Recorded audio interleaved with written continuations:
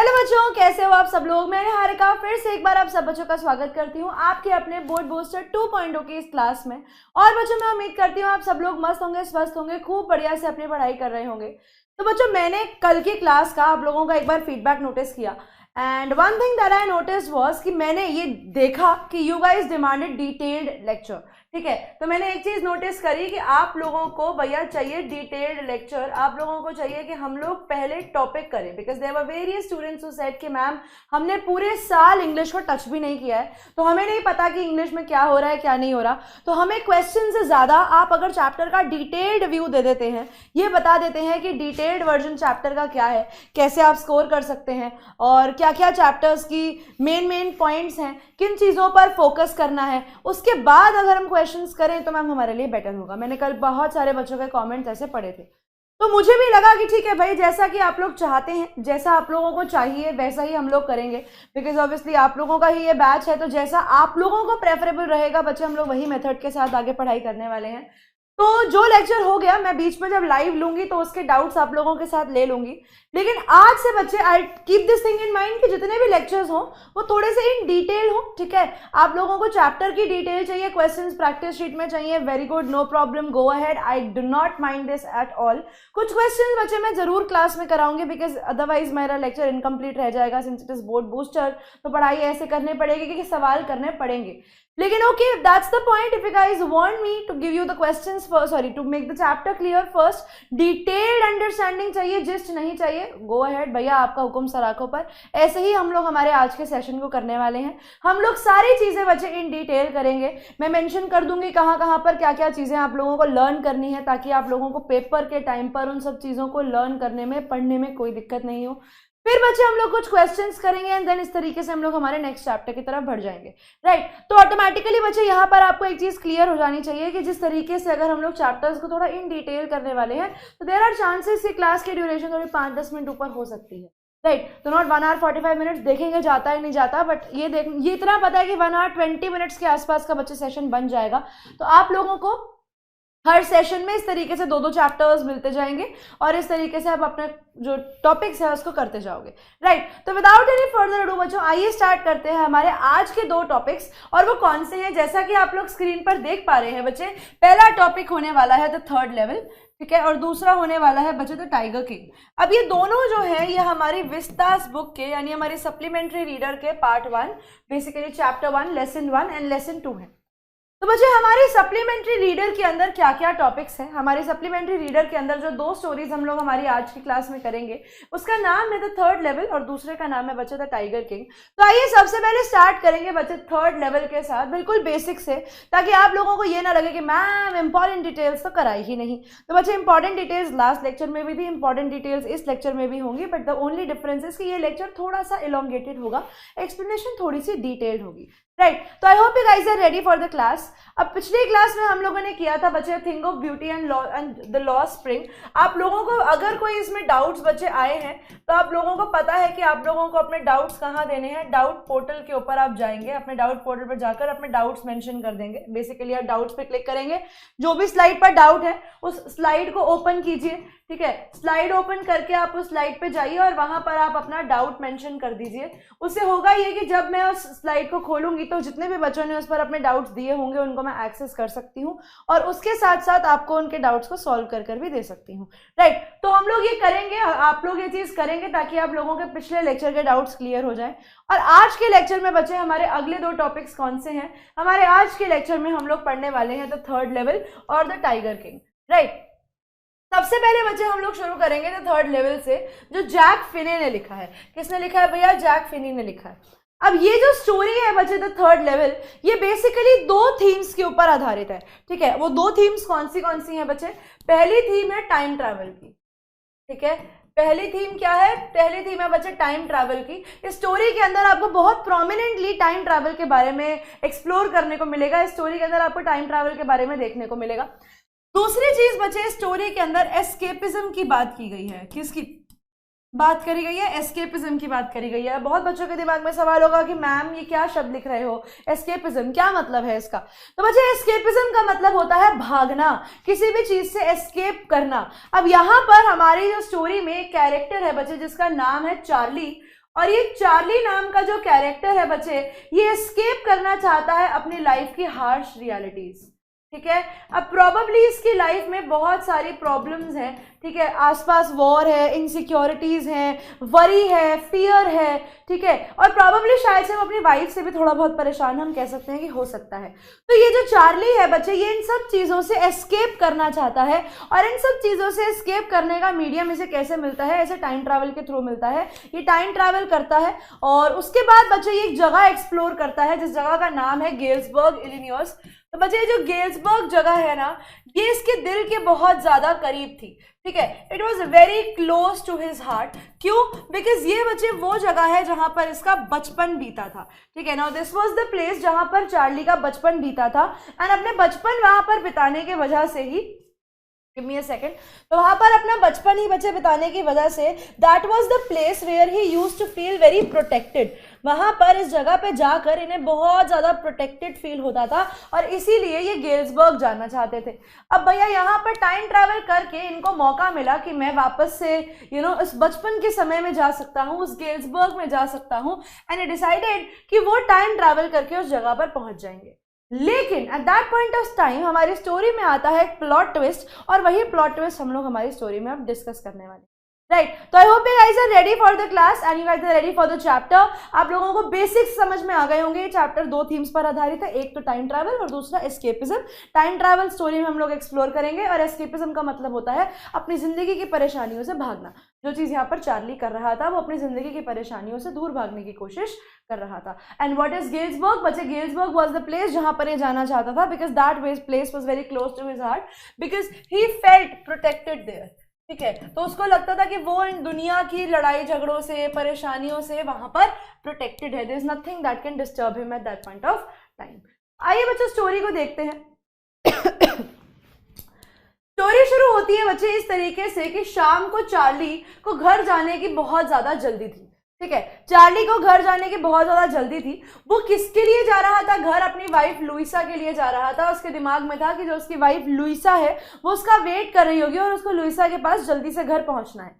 तो उसने सोचा कि क्यों ना मैं एक काम करूं, मैं जाते समय ग्रैंड सेंट्रल स्टेशन से चला जाता हूं, क्योंकि वहां पर जो ट्रेन्स हैं वो मुझे मेरे घर जल्दी पहुंचा देंगी। तो इसीलिए उसने डिसाइड किया कि वो एक सबवे, बेटा सबवे क्या होती है? सबवे होती है एक अंडरग्राउंड ट्रेन। तो उसने सोचा कि क्यों ना मैं एक अंडरग्राउंड ट्रेन ले लूं, जैसे आप लोगों ने मेट्रो देखी होगी, और अगर आप इस इमेज को भी देखेंगे तो ये एक अंडरग्राउंड ट्रेन का प्लेटफॉर्म है। तो इसने सोचा कि क्यों ना मैं ऐसी एक अंडरग्राउंड ट्रेन ले लूं और इस अंडरग्राउंड ट्रेन से मैं जल्दी से अपने घर पहुंच जाऊं अपनी वाइफ के पास। तो ये ग्रैंड सेंट्रल स्टेशन में घुस जाता है। अब ये ग्रैंड सेंट्रल स्टेशन बच्चे कहाँ है? ये न्यूयॉर्क के अंदर सबसे बड़ा स्टेशन जो है ग्रैंड सेंट्रल स्टेशन है। तो इसने डिसाइड किया कि वहां से ये ट्रेन लेगा और अपने घर चला जाएगा। अब जब बच्चे ये यहाँ पर जाता है तो here he finds a third level. अब यहाँ पर आप लोगों को समझना जरूरी है कि हमारा ग्रैंड सेंट्रल स्टेशन बना हुआ कैसे था। तो बच्चे ग्रैंड सेंट्रल स्टेशन में 3 लेवल्स थे, ठीक है। यहाँ पर ग्रैंड सेंट्रल स्टेशन के अंदर 3 लेवल्स थे, ठीक है। सबसे ऊपर आपकी नॉर्मल ट्रेन्स जो होती हैं वो चलती हैं, द मॉडर्न ट्रेन्स, ठीक है। तो वो बताते हैं कि सबसे ऊपर क्या चलती है भैया? आपकी मॉडर्न ट्रेन्स चलती हैं। सेकेंड लेवल के ऊपर वो कहता है कि सबवेज चलती है, यानी जो अंडरग्राउंड ट्रेन्स होती हैं वो चलती हैं, राइट। अब उसके हिसाब से, और आप वो कहते हैं कि ग्रैंड सेंट्रल स्टेशन में आप प्रेसिडेंट को बुलाकर खड़ा कर दोगे ना, तो वो भी यही कहेंगे कि ग्रैंड सेंट्रल स्टेशन के सिर्फ 2 स्टेशन, वो 2 प्लेटफॉर्म्स थे, 2 लेवल्स थे। लेकिन हमारे यहाँ पर चार्ली ने उस दिन एक थर्ड लेवल डिस्कवर किया, ठीक है। वो एक टनल के थ्रू जाता है, ठीक है। वो एक टनल को पास करता है, और ये स्ट्रेंज सी टनल थी। आज से पहले उसने ये टनल वहां पर कभी भी नहीं देखी थी, लेकिन जब वो उस टनल को देखता है तो वो उस टनल में घुस जाता है, और जब वो उस टनल से बाहर निकलता है बच्चे, तो वो ऑल टुगेदर एक नई जगह पर था। एंड इस जगह को ही बच्चे वो थर्ड लेवल कहता है, ठीक है। वो कहता है कि this place was entirely different from उसने आज तक जो सेकंड लेवल देखा था। ये जगह बिल्कुल उससे अलग थी। अब ये कैसे अलग थी वो भी मैं आपको बताऊंगी, एक बार हम लोग थोड़ी समरी करेंगे, उसके बाद मैं आप लोगों को थर्ड लेवल की डिस्क्रिप्शन दूंगी जब हम उस पॉइंट तक पहुंच जाएंगे। अब on the third level of the grand central station, लेकिन सच्चाई तो ये थी कि आप किसी को भी बुला लो और किसी से भी पता करवा लो, वास्तविकता में, रियलिटी में तो ग्रैंड सेंट्रल स्टेशन के सिर्फ 2 ही लेवल्स थे, तीसरा एग्जिस्ट नहीं करता था। तो यहाँ पर जब चार्ली आता है तो वो नोटिस करता है कि यार ये जगह तो है ना, वो सेकंड लेवल से बिल्कुल ही अलग है। अब कैसे अलग है बच्चे? हाउ वाज इस पे सवाल आता है, how was third level different from second level. जब वो यहाँ पर आता है और वो देखता है कि यहाँ पर लोगों ने क्या किया हुआ है या क्या, व्हाट इज द डिफरेंस, तो वो नोटिस करता है कि यहाँ पर ब्रास स्पिटून्स, बेटा आप कह सकते हो कि पॉट्स, जमीन पर ब्रास के जो पॉट्स हैं वो पड़े हुए हैं, ठीक है, लाइंग ऑन द फ्लोर। उसने ऑब्जर्व किया कि लोग जो है वो ओल्ड फैशन कपड़े पहन रहे हैं, they are wearing derby hats, वो बड़ी रिम वाली हैट्स पहनी हुई है। लोगों ने गोल्ड वॉचेस पहनी हुई है which they kept in their waist pockets. He also see a Currier and Ives locomotive, यानी उसे एक ओल्ड ट्रेन इंजन भी दिखता है। क्या दिखता है भैया? उसे ओल्ड ट्रेन इंजन भी दिखता है। इसके साथ बच्चे वो कुछ और डिटेल्स भी नोट करता है। ओके, अब यहाँ पर वो एक इसमें कुछ और भी डिटेल्स नोट करता है। अब यहाँ पर आप लोग लिखेंगे कि थर्ड लेवल की क्या क्या डिटेल्स थी। तो थर्ड लेवल पर उसने क्या क्या नोटिस किया बच्चे, यहाँ तक ये तो चीजें आप लोगों को पता होनी चाहिए यहाँ से कि उसने ब्रास पिटून्स देखे, उसने लोगों को डर्बी हैट्स पहने हुए देखा, उसने लोगों को वॉचेस पहने हुए देखा उनकी वेस्ट की पॉकेट में, उसने कुरियर एंड आइव इंजन देखा। उसके साथ साथ उसने और क्या देखा? तो बच्चे यहाँ पर उसने देखा गार्बटीन सूट, ठीक है। उसने नोटिस किया कि लोग जो है उन्होंने गार्बटीन सूट्स पहने हुए हैं, ठीक है, बड़े सोफिस्टिकेटेड कपड़े पहने हुए हैं। उसने नोटिस करा कि लोगों के जो मुस्टैशेस हैं एंड साइड बर्न्स जो है वो डिफरेंट हैं, ठीक है, साइड बर्न्स जो है वो डिफरेंट, साइड बर्न्स मेरे को कंफर्म करनी पड़ेगी एक बार पहले। तो उनके साइड बर्न्स, बेसिकली कनपट्टी के बाल जो होते हैं यहाँ वाले, वो भी अलग हैं, ठीक है, दे वर डिफरेंट। यहाँ पर वो नोटिस करता है कि वो चीजें डिफरेंट थी। उसके बाद वो नोटिस करता है कि विमेन जो हैं उन्होंने मटन स्लीव्स कपड़े पहने हुए हैं। उन्होंने क्या पहना हुआ है बच्चे? मटन स्लीव्स कपड़े पहने हुए हैं। अब ये सब चीजें देखकर उसको लगा कि यार ये मैं कहाँ आ गया। फिर उसने उसके बाद स्टेशन को नोट किया। जब उसने स्टेशन को नोट किया बच्चे तो उसने और डिटेल्स देखी। उसने देखा कि यहाँ पर स्मॉलर कैबिन्स हैं, ठीक है, यहाँ पर जो कैबिन्स हैं वो कंपैरेटिवली छोटे हैं।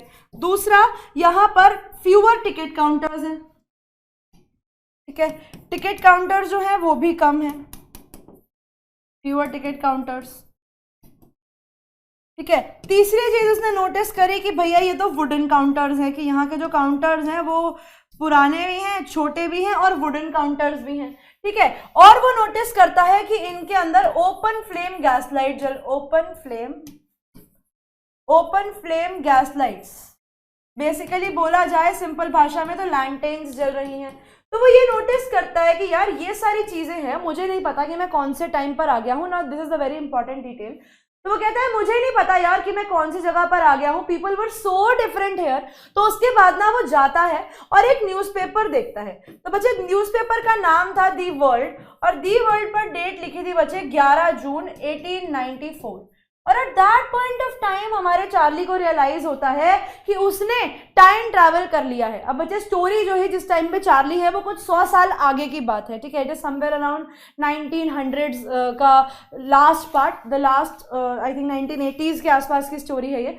और उसके बाद जब वो जाता है और देखता है कि यार ये दी वर्ल्ड न्यूज़पेपर जो आज के समय में आता ही नहीं है, वहां पर वो न्यूज़पेपर बिक रहा था और उस पर डेट लिखी थी 11 जून 1894। तो उसको रियलाइज होता है कि वो उस टनल से टाइम ट्रैवल करके यहाँ पर आ गया है। और फिर वो नोट करता है कि यहाँ पर से तो उसको क्या मिल सकती है, उसे गेल्सबर्ग की टिकट मिल सकती है। ये गेल्सबर्ग बच्चे कहाँ था? ये इलिनॉइस में था। तो बेसिकली उसको इस जगह पर जाना था, क्यों?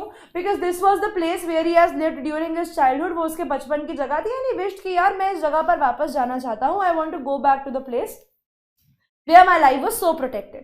तो इसीलिए वो सोचता है कि यहाँ की वो 2 टिकट्स खरीदेगा अपने लिए और अपनी वाइफ के लिए।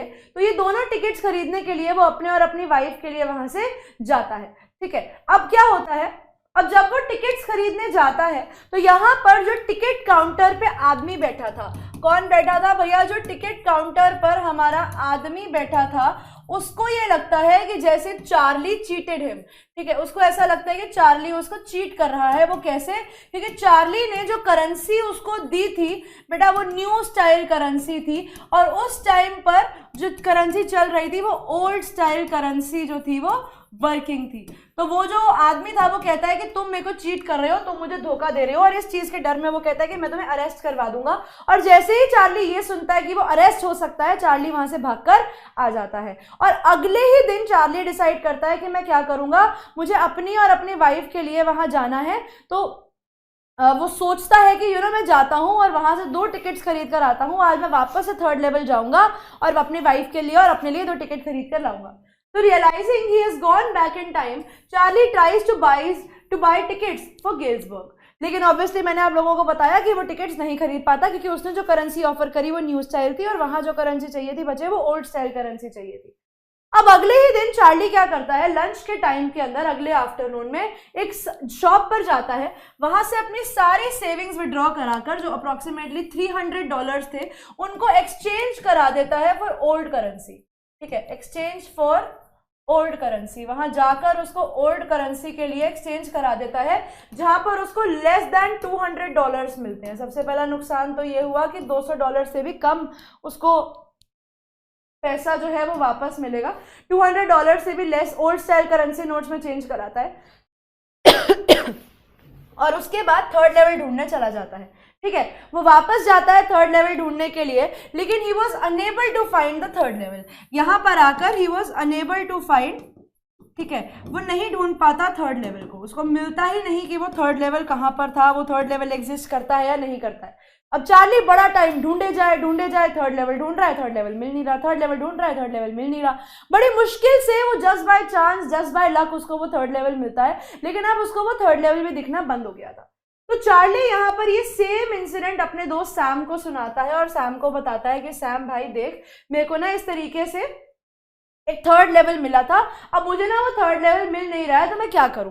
तो जो उसका फ्रेंड था बच्चे वो एक साइकियाट्रिस्ट था एंड दोस्त ने उसको सजेस्ट किया, सैम ने उसको बताया कि बेटा 3rd लेवल कुछ भी नहीं है भाई, 3rd level is nothing but a mayor imagination of Charlie. वो कहता है कि वो कुछ नहीं है भाई, वो तेरे दिमाग की खुद की इमेजिनेशन है कि तू चीज़ों को इमेजिन करने लगा है। तो चार्ली ने पूछा कि यार मुझ जैसे और भी तो बहुत सारे लोग हैं, तो वो लोग चीज़ें इमेजिन क्यों नहीं करते, मैं ही चीज़ें क्यों इमेजिन करता हूँ, why am I always imagining things and why don't they imagine those things.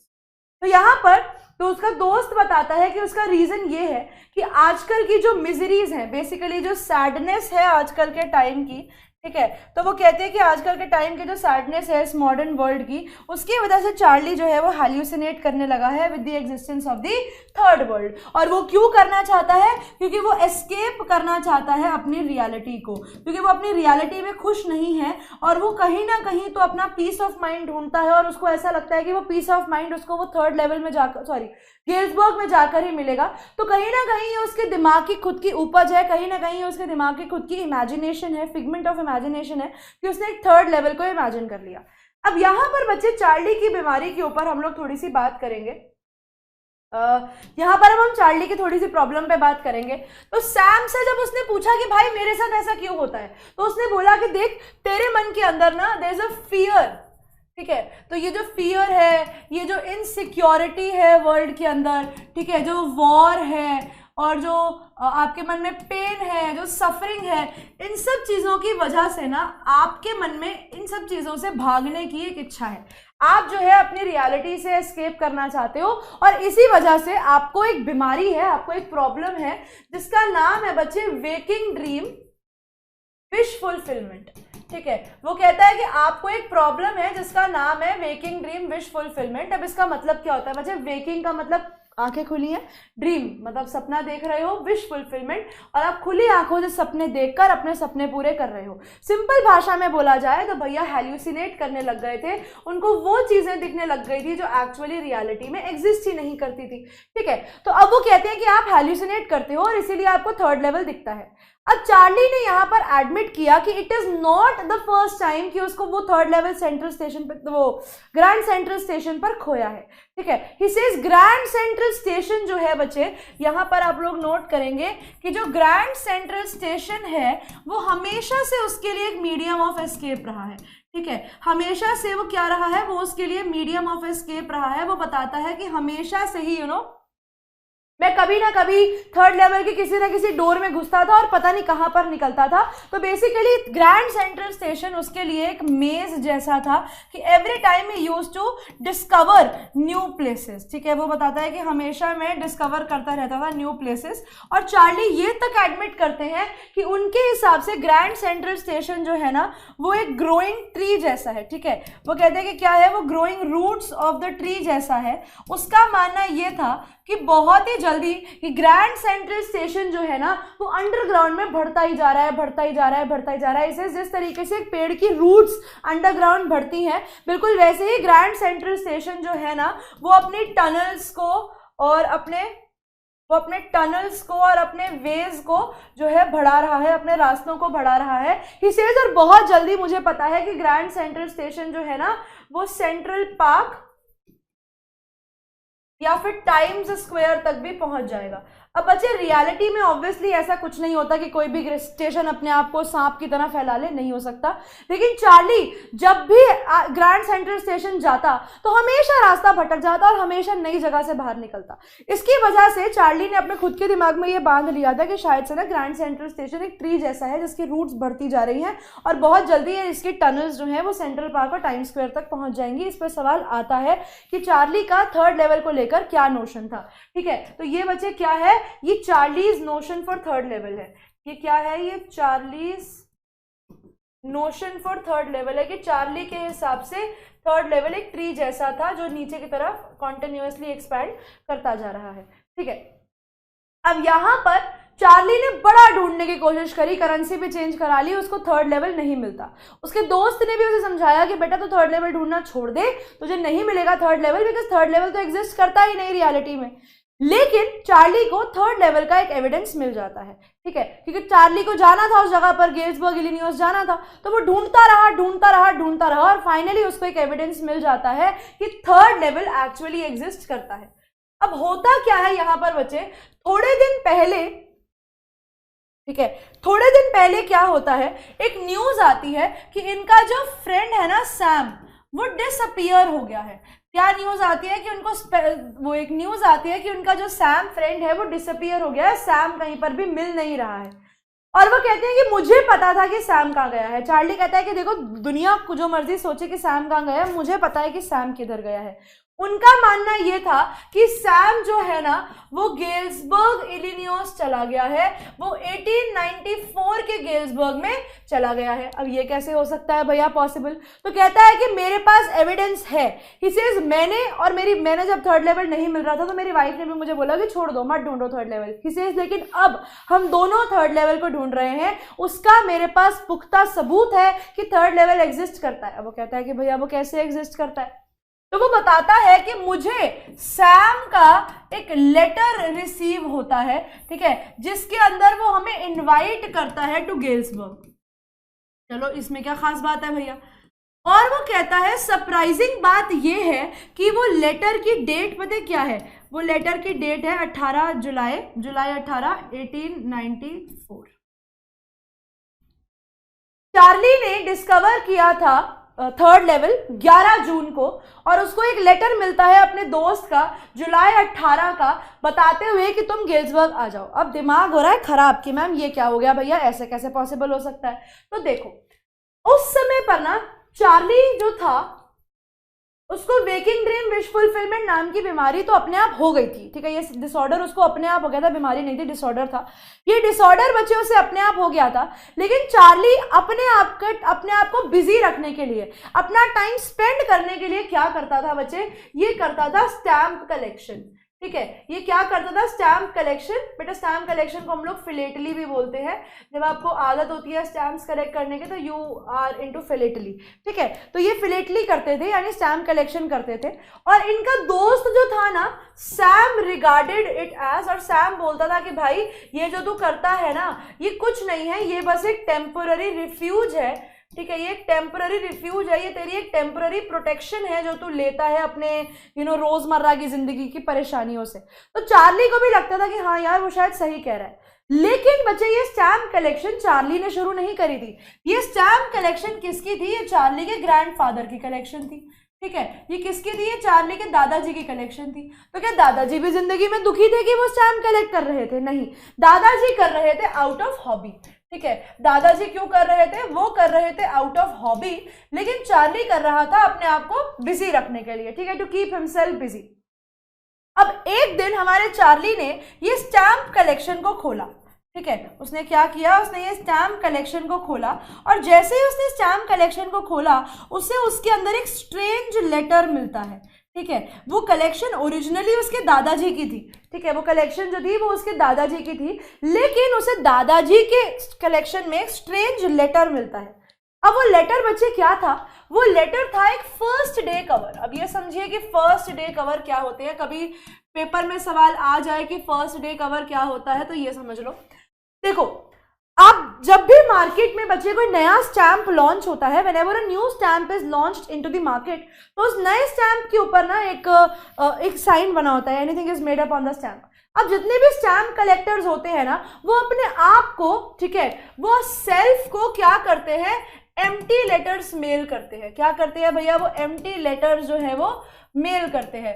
Mail करने से, अपने आप को एम्प्टी लेटर्स भेजने से क्या होता है, उसके ऊपर वो स्टैंप लगा होता है, वो जो नया स्टैंप आया है वो स्टैंप उसके ऊपर लगा होता है। तो इस तरीके से जब वो स्टैंप ऑथराइज हो जाता है तो उसकी एक इनॉग्रेशन डेट होती है कि आज के दिन पे ये स्टैंप आया था। और अगर आपके पास उसी दिन के ऊपर वो जितने भी स्टैंप कलेक्टर्स हैं, अगर उनके पास उसी दिन का स्टैंप कलेक्शन का वो डेट होगा, उसी दिन का वो स्टैंप होगा, तो उनकी भैया इज्जत बढ़ जाएगी कि हमारे पास तो डे 1 से ये स्टैंप था, है ना। तो फर्स्ट डे कवर जनरली वो स्टैंप लगा हुआ होता था बाहर, और अंदर ऊपर एड्रेस लिखा होता था, और अंदर जनरली खाली लेटर्स हुआ करते थे। लेकिन इस बार चार्ली को एक स्ट्रेंज लेटर मिलता है जो पोस्टेड था किसके ऊपर, ठीक है, जो पोस्टेड था ग्रैंडफादर के एड्रेस के ऊपर, ठीक है, कहाँ पर था, ग्रैंडफादर के एड्रेस के ऊपर वो पोस्टेड था। रेफर किसको किया गया था, वो एड्रेस रेफर कर देते हैं, चलो, रेफर किया गया था बच्चे वो चार्ली को। और लेटर की डेट बच्चे क्या थी, 18 जुलाई, जैसा कि मैंने आप लोगों को बताया, 1894, ठीक है। दादाजी को लेटर लिखा गया, दादाजी के एड्रेस पे रेफर किया गया चार्ली को, 18 जुलाई 1894।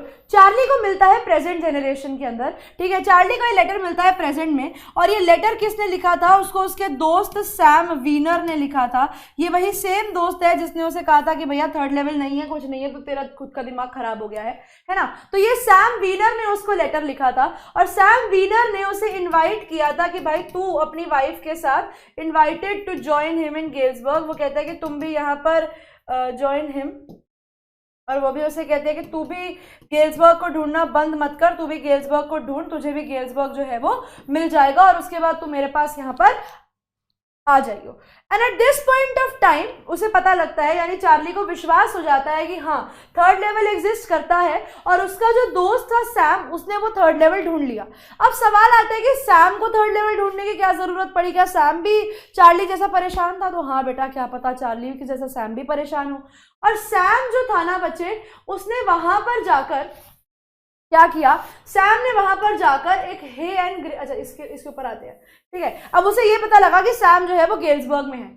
अगले दिन इस चीज को कंफर्म करने के लिए जो चार्ली है वो ओल्ड करेंसी शॉप पर फिर से जाता है, और वहां जाकर उसे पता लगता है कि उसके फ्रेंड ने एक्सचेंज करे थे पैसे, ठीक है, कुछ $800 उसके दोस्त ने एक्सचेंज करे हैं। और प्रॉबेबली वो आइडिया लगाता है कि वहां पे वो जाकर हे और ग्रेन का बिजनेस जो है वहां पे शुरू करेगा।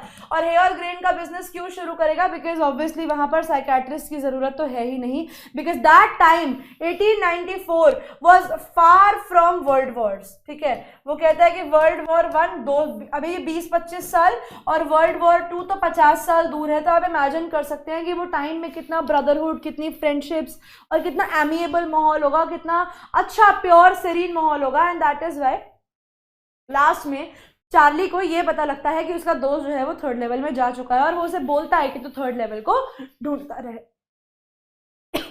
और यहां पर आकर बच्चे हमारा चैप्टर जो है वो खत्म हो जाता है, ठीक है। अब आई होप आप लोगों को ये डिटेल्ड वर्जन चैप्टर का समझ में आ गया होगा, आप लोगों में से किसी को भी कोई डाउट नहीं होगा। अब आ जाओ समरी पढ़ लेते हैं एक बार। He discovers a letter addressed to him by his psychiatrist friend Sam. The letter was dated 18 July 1894. अब चार्ली गया 11 जून को, और उसके दोस्त का लेटर उसको 18 जुलाई को आ गया, यानी उसका दोस्त डिसअपियर हुआ, उसने थर्ड लेवल ढूंढा और वो भी चला गया। अब यहां से हमें ये समझ आता है बच्चे, the Sam was incredulous of the third level. Basically he was not easily believing कि थर्ड लेवल एग्जिस्ट करता है या नहीं करता, तो वो खुद ढूंढने चला जाता है। ये स्टोरी बच्चे क्लियरली दिखाती है the concept of time travel, कि किस तरीके से वो एक हिडन टनल या somehow you do not know कि वो क्या है, वो आपको थर्ड लेवल पर पहुंचा देती है। Jack Finney explores the mentality of a common man, और यहाँ पर वो एक नॉर्मल इंसान की मेंटालिटी को दिखाते हैं कि जिस तरीके से चार्ली के लिए गेल्सबर्ग उसका प्रोटेक्टिव प्लेस था, वैसे ही हमारी जिंदगी में भी कुछ ना कुछ ऐसा टाइम जरूर रहता है जो हमारे लिए वो प्रोटेक्टेड वर्जन ऑफ टाइम है कि हाँ यार, माई life was very good at that point of time. He succeeded in exposing the vulnerable side of common man, कि हर इंसान में एक वो vulnerable side है और वो अपने उस vulnerable side को satiate करने के लिए कुछ भी कर सकता है। A myriad of problems conspired to corrupt Charlie's mind. उसकी जिंदगी में बहुत सारी परेशानी थी जो उसके दिमाग को खराब करती थी। It further robbed him of his senses, और उसके बाद उसका दिमाग भी खराब हो गया और उसके पैनिक इंड्यूस्ड स्टेट में उसने हैल्यूसिनेट करना शुरू कर दिया। डरे, अपने दिमाग के डर के माहौल में उसने चीजों को देखना शुरू कर दिया, और तभी उसको वो थर्ड लेवल मिलता है ग्रैंड सेंट्रल स्टेशन के ऊपर, बिकॉज कहीं ना कहीं वो प्रोटेक्टिव प्लेस ढूंढ रहा था, और वो ग्रैंड सेंट्रल स्टेशन जो बहुत बिजी स्टेशन है, उसने उसको वही माध्यम और मौका दे दिया। Even though it was hard for Charlie to believe his eyes, उसने डिसाइड किया कि वो 1894 में रहना चाहता है। What stands out in the entire story is the extent of ease which Jack Finney was able to bring out the common man's craving for peace and security.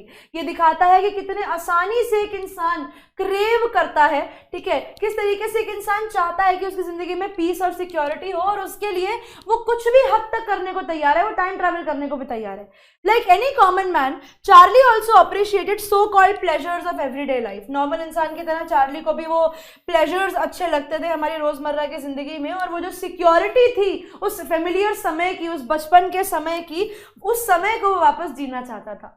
He wanted to stay in the past because 1894 जो था वो much more peaceful, secure and serene था। और ये चीज़ हमें भी पता है कि जब हमारा दिमाग एक पीसफुल कंडीशन में होता है, जब हम एक पीसफुल स्टेट ऑफ माइंड में होते हैं, तो हम लोगों को काफ़ी बेटर लगता है, हमारा मूड हमेशा अच्छा रहता है, और अच्छे मूड में इंसान हमेशा अच्छा काम करता है। तो चार्ली जो था वो अपनी इनसिक्योरिटीज और लाइफ से भागना चाहता था। That is why that was the time जब वो उस टाइम में वो जाना चाहता था, बिकॉज 1894 में कोई भी रेपरकशंस, कोई भी रिजल्ट ऑफ वॉर लोगों ने नहीं देखा था। वर्ल्ड वॉर 1 भी नहीं हुआ था, 2 भी नहीं हुआ था, वर्ल्ड शांत था, ठीक है। The insecurities that came with war, terror, disease got the better of common folks like Charlie who wanted a transient relief from the harsh realities of life. तो यहाँ पर हम लोग भी ऐसे ही हैं कि हम लोगों को भी एक टेम्पररी रिलीफ चाहिए होता है कि यार हम भी काश इन सब परेशानियों से बाहर आ जाएं, लेकिन हमारा दिमाग उस एक्सटेंट तक नहीं जाता कि हम चीज़ों को इमेजिन करने लगे। चार्ली के साथ वो हो गया था। In all, the third level brings the conclusion that people find it hard to make peace with unpleasant things they come across in life. तो ओवर इन ऑल हम ये कह सकते हैं कि थर्ड लेवल इस कंक्लूजन को हमारी जिंदगी में दिखाता है कि कभी कभी इंसान जो है वो चीज़ों के साथ पीस नहीं बना सकता, बेसिकली वो एक्सेप्ट नहीं कर सकता जिंदगी की कुछ हार्श रियलिटीज़ को, और वो ढूंढता रहता है तरीके उन चीज़ों से एस्केप करने का, जैसे चार्ली ने ढूंढे थे। The story further makes the reader realize that past and future are real illusions। जो हमें ये दिखाता है कि फ्यूचर जो आएगा और पास्ट जो गया वो एक रियल इल्यूजन है, वो कहीं ना कहीं एक ऑल्टरनेटिव डायमेंशन में अभी भी एग्जिस्ट करती है। They exist in the present which all there is, और जो है वो यही है, और उसके साथ साथ आपका पास्ट भी चल रहा है और आपका फ्यूचर भी चल रहा है। तो बेसिकली बच्चे यहाँ पर ये जो टाइम ट्रैवल था ना यार, ठीक है, time travel in the story, आप लोग ये लाइन लिख सकते हैं आंसर के अंदर कि टाइम ट्रैवल जो था स्टोरी के अंदर इज अ एनॉमली। एनॉमली का बच्चे मतलब क्या होता है? एनॉमली का मतलब होता है एक लूप होल, ठीक है, as a anomaly in the fabric of space and time. कि ये जो टाइम ट्रैवल हमने स्टोरी में देखा वो क्या है? वो एक अनॉमली है, यानी आपके नॉर्मल समय के अंदर, जैसे आप एक बात बताओ, आप क्या करते हो, आपको मैं एक एग्जाम्पल देती हूँ, आप सिंपल सा एक एग्जाम्पल अपने दिमाग में रखिए। आपके सामने एक वो है, आपके सामने एक कागज़ है, ठीक है, आई शो यू अ कागज़, वेट अ सेकेंड। आपके सामने ये कागज़ है, ठीक है, अभी आप इस कागज़ के आर पार नहीं देख पा रहे हो, आपको सिर्फ ये कागज़ दिख रहा है, ठीक है। For example if I make a hole in it, मैंने क्या किया, मैंने इसके अंदर एक होल कर दिया, मैं इस होल को फाड़ देती हूँ, ठीक है, मैंने इस होल को फाड़ दिया। अब आप क्या कर पा रहे हो, अब आप इस होल के आर पार देख पा रहे हो, ठीक है, अब आपको इसमें से आंसर दिखने लग जाएंगे। तो बेसिक ये लो दो देखो, दिख रहा है, थोड़ा और फाड़ देते हैं, थोड़ा और क्लियर दिखेगा। ये आपका स्पेस एंड टाइम का फैब्रिक है, यानी वो दुनिया जो आपको दिख रही है। अब उस दुनिया में एक होल है, अब पीछे का दिख रहा है, यानी उस होल से आप पास्ट को देख पा रहे हैं। और वही टाइम ट्रैवल स्टोरी में दिखाया गया है कि इस तरीके से आप एक fabric of space and time में है, जिसमें एक अनोमली है, जिसकी वजह से चार्ली जो है वो 3rd लेवल में एस्केप कर जाता है। ठीक है, I hope this story is clear to you. आप लोगों को इस स्टोरी में कोई डाउट नहीं होंगे। नाउ आई हैव डिसाइडेड कि बेटा पहले मैं आप लोगों को दोनों चैप्टर्स की समराइजेशंस करा देती हूँ, उसके बाद we'll go ahead with the question as a form of a revision, देखने के लिए कि आप लोगों को कितना समझ में आया है। अब हम लोग बढ़ जाते हैं बच्चे पहले अगले चैप्टर की रिविजन पर, अगले चैप्टर की अंडरस्टैंडिंग पर, और उसके बाद हम वापस आएंगे हमारे क्वेश्चन आंसर्स के ऊपर। ठीक है, तो I hope you guys are ready for this chapter. Now just give me a second, I just need to have a sip of water, फिर कंटिन्यू करते हैं। एक सेकेंड।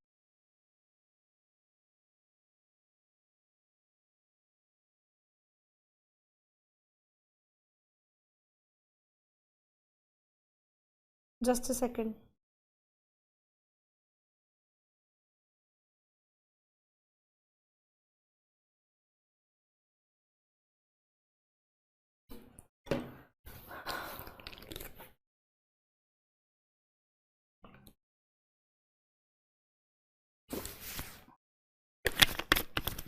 चलिए, तो अगली स्टोरी जो है बच्चे उसका नाम है द टाइगर किंग। और ये द टाइगर किंग बच्चे किसने लिखा है? The tiger king is written by कल्कि कृष्णमूर्ति। आप लोग इनके राइटर का नाम लर्न कर सकते हैं। ये वैसे इनका पेन नेम है, ठीक है, इनका रियल नेम कुछ और है, लेकिन राइटिंग के लिए यही नेम यूज करते हैं। अब बच्चे टाइगर किंग जो है ना, वो एक काफी सटायरिकल स्टोरी है। अब सटायरिकल स्टोरी होने का क्या मतलब है बच्चे? सटायरिकल स्टोरी होने का मतलब है कि स्टोरी में सटायर है। इस स्टोरी के अंदर आपको एक टॉन्ट मिलेगा जो इस राजा के ऊपर किया गया है। अब ये स्टोरी है बच्चे एक शहर की, जिसका नाम है प्रतिबंधपुरम। ठीक है, प्रतिबंधपुरम। अब प्रतिबंधपुरम के अंदर हमारे पास एक राजा जी हैं, ठीक है, जिनके बड़े सारे नाम हैं, ठीक है, जिसमें उनका नाम पड़ता है सर जिलानी, ठीक है, सर जिलानी जंग बहादुर। ठीक है, हमारे ये राजा जी का नाम क्या है? बड़े सारे नाम है, लिख देती हूँ, सर जिलानी जंग बहादुर। ठीक है, उसके अलावा इनका नाम है महाराजा अधिराजा। ये अपने गांव में अपने शहर में जाने जाते हैं नामों से। ठीक है, महाराजा अधिराजा, ACTC शॉर्ट फॉर्म। ये बुक में भी ऐसे लिखा हुआ है, ACTC मैड CRCK, ये इनके नाम है। ठीक है, सता व्याघ्रह समहारी। ठीक है, विश्व भुवन सम्राट,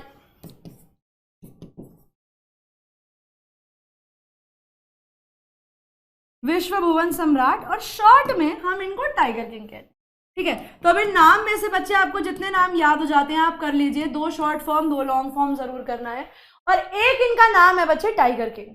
अब ऐसा क्या हुआ कि ये राजा के इतने सारे नाम, साथ में एक नाम उनका टाइगर किंग, ऐसा क्या कर दिया भैया टाइगरों के साथ उन्होंने कि उनका नाम टाइगर किंग पड़ गया?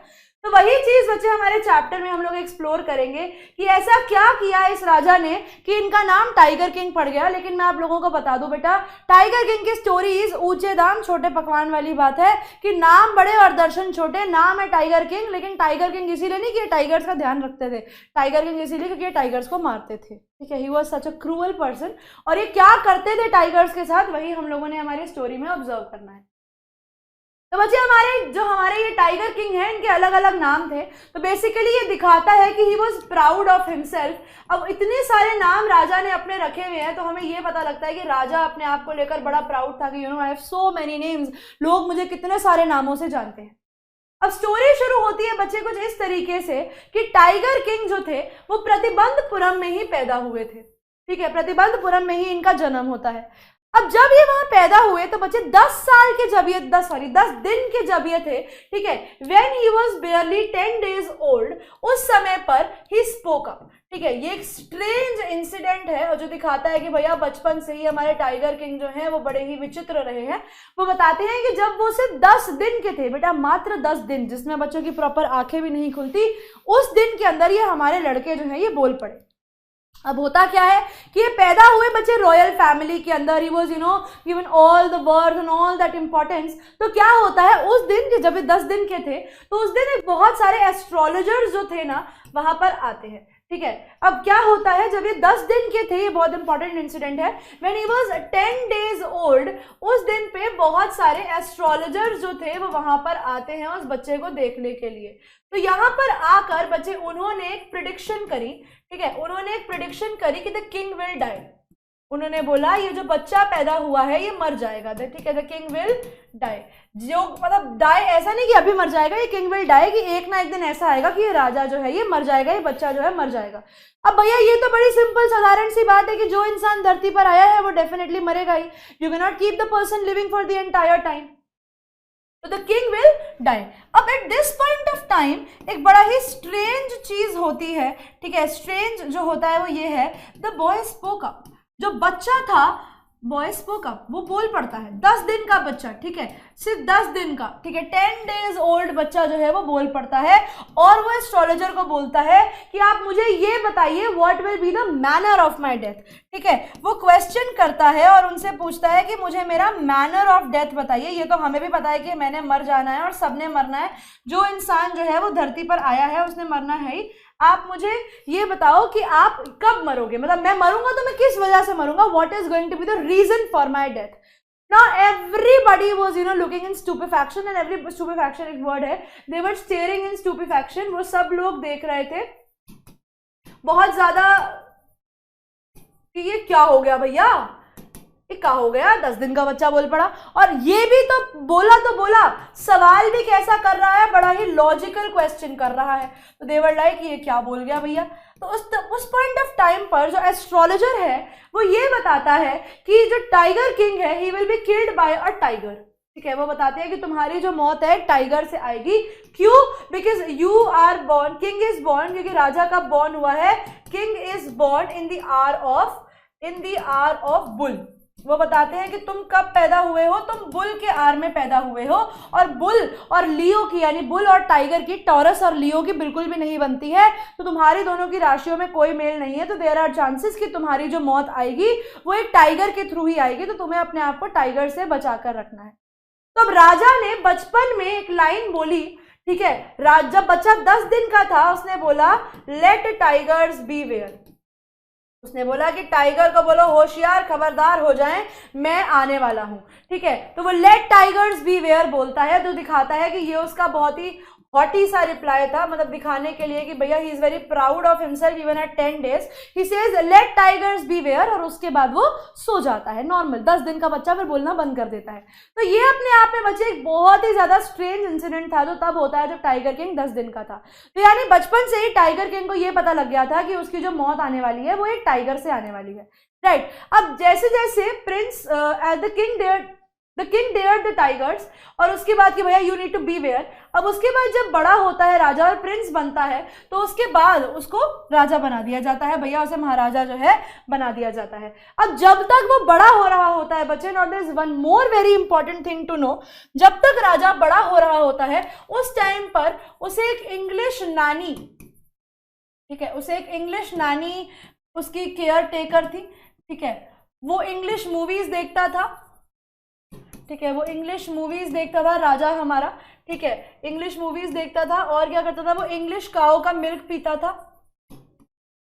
English cause milk. तो बेसिकली हम ये कह सकते हैं कि उस समय पर रॉयल फैमिलीज पर, ये आप लोग लिखेंगे, सवाल आता है कि बचपन में जो टाइगर किंग था उनका बचपन क्या दिखाता है, what does it show about the western influence. तो हमें ये देखने को मिलता है कि उस समय पर बच्चे रॉयल फैमिलीज के ऊपर बहुत ज्यादा वेस्टर्न इन्फ्लुएंस थी, ठीक है, उनके ऊपर क्या थी, बहुत ज्यादा वेस्टर्न इन्फ्लुएंस थी। वो सब लोग वेस्टर्नाइज कल्चर से बहुत ज्यादा इन्फ्लुएंस थे, क्योंकि राजा महाराजाओं में जितना हमारा टाइगर किंग था वैसे ही बाकी सारे बच्चों का भी यही काम था, वो सब लोग भी इसी तरीके से रॉयल फैमिलीज में इंग्लिश टीचर्स एंड इंग्लिश सब कुछ पढ़ते थे। अब जब राजा बड़े हुए तो उसके बाद जो लोग थे, अब उनको याद था कि 10 दिन के बच्चे ने बोला था कि भैया टाइगर्स को बोलो मुझसे बच के रहे। तो people of Pratibandapuram talked about the prophecy, तो राजा को जब पता लगता है कि उसने बचपन में कुछ इस तरीके की बात बोली थी, तो राजा डिसाइड करता है कि भैया मैं अपनी प्राइड, मैं अपनी इज्जत कम नहीं होने दूंगा। तो जस्ट बिकॉज ये बोला गया है कि मैंने टाइगर्स को मारना है या मेरे को टाइगर को मारना है, तो वो निकल जाता है टाइगर हंट के ऊपर। ठीक है, अब वो जाता है और सबसे पहले बच्चे एक टाइगर को मार के लेकर आ जाता है। ठीक है, क्या करता है, एक टाइगर को मार के लेकर आ जाता है और इसके बाद जाता है चीफ एस्ट्रोलॉजर के पास, और चीफ एस्ट्रोलॉजर के पास जाकर उन्हें बोलता है कि लो मार दिया टाइगर, अब बताओ क्या करोगे। तो यहां पर चीफ एस्ट्रोलॉजर उसको बोलता है कि देख बेटा, एक टाइगर को मारने से कुछ नहीं होगा। ठीक है, nothing can happen if you going to kill a single tiger, it is not at all going to matter एक टाइगर को मारना। तुझे अपने आप को बचाने के लिए, मतलब your death is going to come from the 100th tiger. ठीक है, तो यहां पर वो कहता है कि जो 100th टाइगर होगा ना, वो तेरी डेथ का रीजन बनेगा। तो तुझे अभी क्या करना पड़ेगा, इससे तेरे लिए 99 टाइगर बिल्कुल हार्मलेस हैं, तेरी जो मौत आएगी वो 100वें टाइगर से आएगी। तो जब राजा को पता लगता है कि अच्छा मेरी डेथ 100वें टाइगर से आएगी, तब राजा डिसाइड करता है, ही वाउड टू किल 100 टाइगर्स। उसने सोच लिया कि वो 100 टाइगर्स को मारेगा, ही विल ओवरकम डेथ। उसने बोल दिया था कि वो डेथ को ओवरकम करेगा, वो अपनी मौत टाइगर के हाथों तो पक्का नहीं होने देगा, और उसने ये चीज ठान ली थी। अब यहां पर बच्चे, और उसने ये चीज पता है क्या बोला था, और उसने ये भी बोला था that he is doing it under self defence. उसने ये भी बोला कि भैया टाइगर कल को मुझे आकर मार दे, इससे अच्छा तो मैं ही टाइगर को मार दूं। तो उसने टाइगर्स को मारना अपने एरिया में शुरू कर दिया under the name of self defence, कि ये तो मेरा सेल्फ डिफेंस है कि मैं सारे टाइगर्स को मार रहा हूं। और उसके बाद राजा इतना ज्यादा केयरलेस हो गया कि टाइगर्स को मारने के चक्कर में उसने अपने स्टेट अफेयर्स पर भी ध्यान देना छोड़ दिया। और उसने साथ ही साथ ये भी बोला कि मेरे एरिया में कतई कोई हाथ मत लगा देना टाइगर्स को, वरना मैं तुम्हें छोड़ूंगा नहीं। उसने क्लियरली बोल दिया कि अगर किसी ने मेरे टाइगर्स को हाथ लगाने की कोशिश करी, if anybody even tried to kill a tiger, तो मैं उसकी सारी प्रॉपर्टी हड़प लूंगा and the person is going to land up in jail और other person is going to be executed. उसको हम लोग फांसी चढ़ा देंगे। तो this was the craze that the tiger king had to kill 100 tigers. अब कहानी आकर बिगड़ती है बच्चे, जब एक ब्रिटिश ऑफिसर इनके प्रतिबंधपुरम में आता है और इनको बोलता है कि मैं एक टाइगर को मारना चाहता हूं। अब राजा जो था, अब वो किसी को भी परमिशन नहीं दे सकता था, इस उम्मीद, इस डर से कि अगर मैंने इसको हाँ कर दिया तो अगली बारी कोई और आ जाएगा मारने के लिए, तो इस तरीके से मैं अपने 100 टाइगर्स का गोल पूरा नहीं कर पाऊंगा। तो उसने हाई रैंकिंग ब्रिटिश ऑफिसर को मना कर दिया कि मैं आपको परमिशन नहीं दूंगा, आपको जो करना है आप करिए। अगर आप कहते हैं तो भैया मैं आपके लिए कुछ अलग अलग हंट अरेंज करा सकता हूँ। एक सेकेंड, यहाँ पे क्या कहाँ तक है।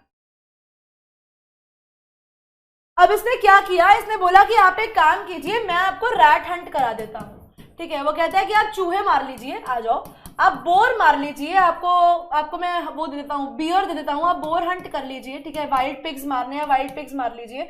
वो कहता है आपको मच्छर मारने हैं, मैं आपके लिए एक मॉस्किटो हंट भी जो है ऑर्गेनाइज करा दूंगा, लेकिन मुझसे कृपया करके उम्मीद मत करिए कि मैं आपको टाइगर मारना के लिए हाँ करूंगा।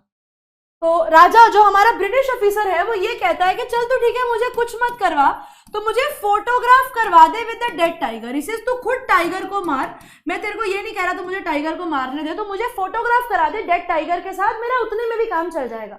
लेकिन हमारा जो टाइगर किंग है, वो किंग बहुत ज्यादा स्टबन था, वो बहुत ज्यादा अड़ियल था, और उसने बोला कि मैं अगर तुझे हाँ कर दूंगा तो बाकी सब लोग भी मेरे पास ऐसे ऐसी डिमांड लेकर आने लगेंगे। तो उसने साफ मना कर दिया कि भैया मुझसे तो कतई आप उम्मीद रखना मत कि मैं आपको हाँ करूंगा, और उसने मना कर दिया कि फोटोग्राफ भी मैं आपको नहीं करवाने दूंगा।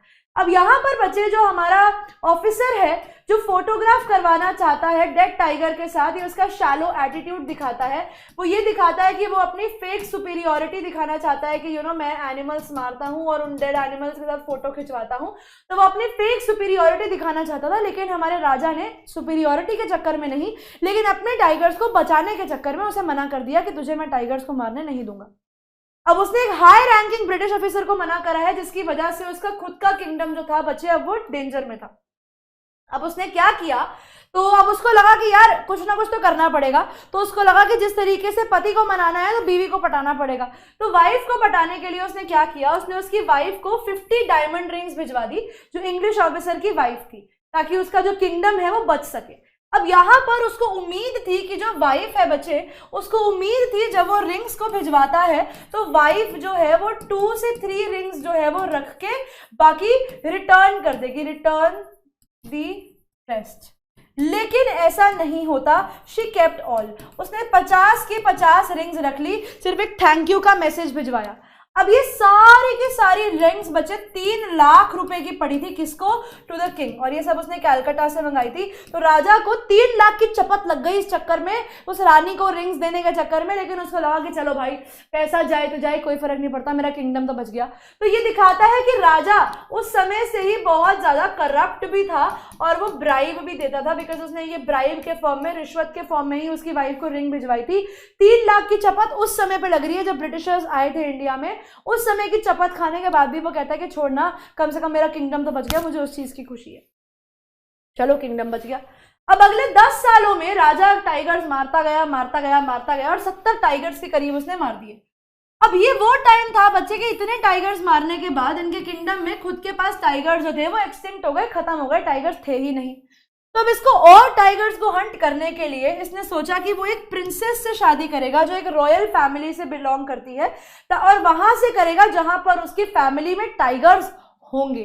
ठीक है, he decided to marry such a girl जिनका किंगडम में वॉज रिच विद टाइगर्स। ठीक है, जहां पर बहुत सारे टाइगर्स होंगे कि जब भी वो जमाई बाबूजी जाएंगे अपने ससुराल तो जाकर टाइगर, बहुत सारे टाइगर्स को हंट करके आ जाएंगे। तो यहाँ पर बच्चे उस लेडी के साथ जिसके साथ इसने शादी करी, उसके साथ बच्चे ये एक स्ट्रैटेजिक अलायंस था, उसके साथ जो इसका रिलेशन था वो एक स्ट्रैटेजिक अलायंस था कि उसने उसके साथ शादी कर ली।